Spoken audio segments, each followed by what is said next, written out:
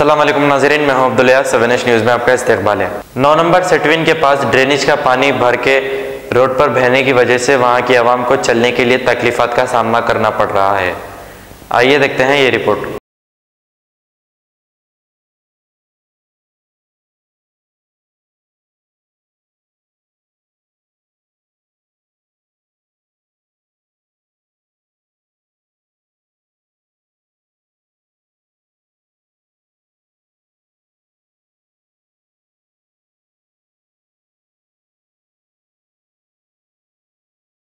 अब A1 township Chevella और मोइनाबाद के दरमियान मेन रोड से 1.3 किलोमीटर आबादी से लगा हुआ तमाम डेवलपमेंट के साथ जहां आप अपना घर बना के रह सकते हैं, जो है बिल्कुल बिल्कुल बिल्कुल आबादी से लगा हुआ। 4 लाख में 100 गज का plot, drainage, electricity, footpath, BT road, college, bus stop जैसी तमाम सहूलियतें दस्तयाब हैं।